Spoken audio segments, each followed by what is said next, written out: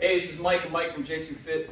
Today we're going to go over the Kettlebell thruster. It's going to be in your new CMC 2015 series. So today we have Mike Barbeau, co-founder, Reebok One Ambassador.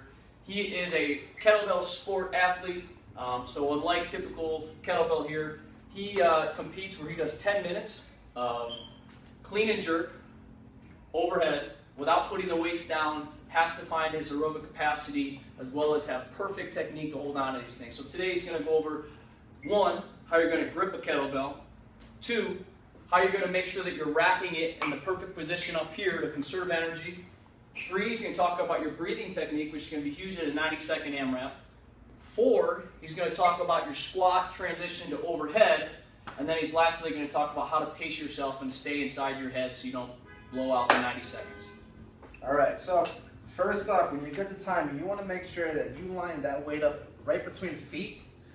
When you're gripping it, you want to have palms facing out. It's really easy to have palms facing down towards you and really go for that hard style, but it's going to work your grip a little bit more. So take it easy on yourself, palms facing out.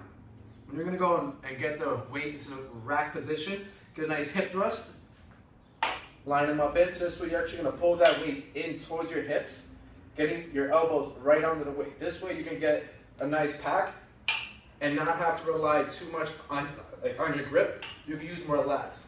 So when it comes to breathing, I'm going to try to push out through my lats and almost around my back a bit. This is going to take a little bit of weight off of my lower back. Even though it looks weird, I can actually sit here for days. Okay? Nice and easy, glutes are tight, and I'm actually sitting. All right? When we're going for that thruster, you want to make sure you stay in between your feet, all right, toes turned out. Give yourself a nice solid chest up tall, and you want to drive through. Notice that I'm not trying to get the elbows to come out wide.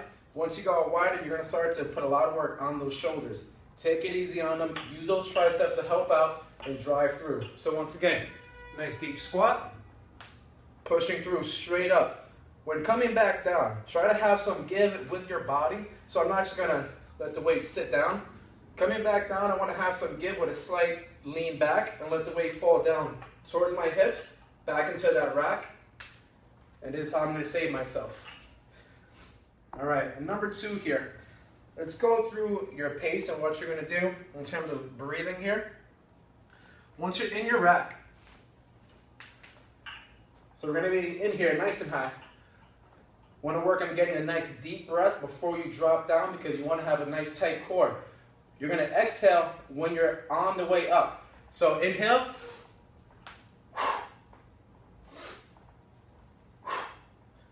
All right. It's a nice easy pace right there. Making sure if you're getting tired, you don't want to put this weight down. So the easiest place for you to try and hold this weight is right here in that rack. Notice I have the handles one on top of the other. My elbows are in nice and tight, so this way I can just sit in that rack. So if I need to breathe, breathing through my lats, nice and easy. Take those deep breaths and have it count in your head.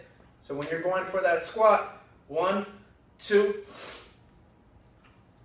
So let's work on that power jerk, saving the shoulder here in your squat thruster. We're going to work on your forearm staying vertical the entire time through that push. So when we're squatting, we want to make sure that we can keep that arm vertical and not start to drop it forward. So this way our path going up, it will be vertical. Saving the shoulder, allowing you to use more of your body rather than just those delts. So from that rack position, nice and easy here, I'm just going to work on getting a slight lean back to start. Pushing out, making sure that my forearms can stay vertical the entire time and punch straight through the sky. All right, training tips. Let's go through timing. Let's start out with 2 minutes. You can set yourself up with a phone, with a clock, if you have, for 2 minutes. Your timer is going to be trying to go for 5 seconds pace. So once you have it in that rack, you want to have a count in your head. You could go along with your breathing. So 1, 2, 3, 4, 5. 2, 3, 4, 5. All right, have that pace. So this way, you're not going to burn out. You have a quick second to grab a breath. and get right back into your next thruster. All right, so the next one here we're also going to now go is 1 every 4 seconds, right? And that's going to get you a total of 23, right?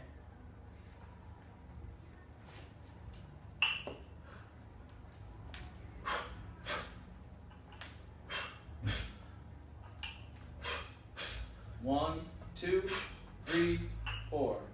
1, 2, 3, 4. You see how he's catching his breaths? Good. After you hit that for a 2-minute cycle of 1 every 4 seconds, we then up the ante and we have you go 1 every 3 seconds. So Mike, let's shift it to a 1/3. Ready? Go. 1, 2, 3. 1, 2, 3. 1, 2, 3. You can see that he's catching his breath before he drops again. If you are going beast mode on this, we expect to see you in the finals. You should be now trying 1 every 2 seconds. This is 45 thrusters. 1, 2. 1, 2.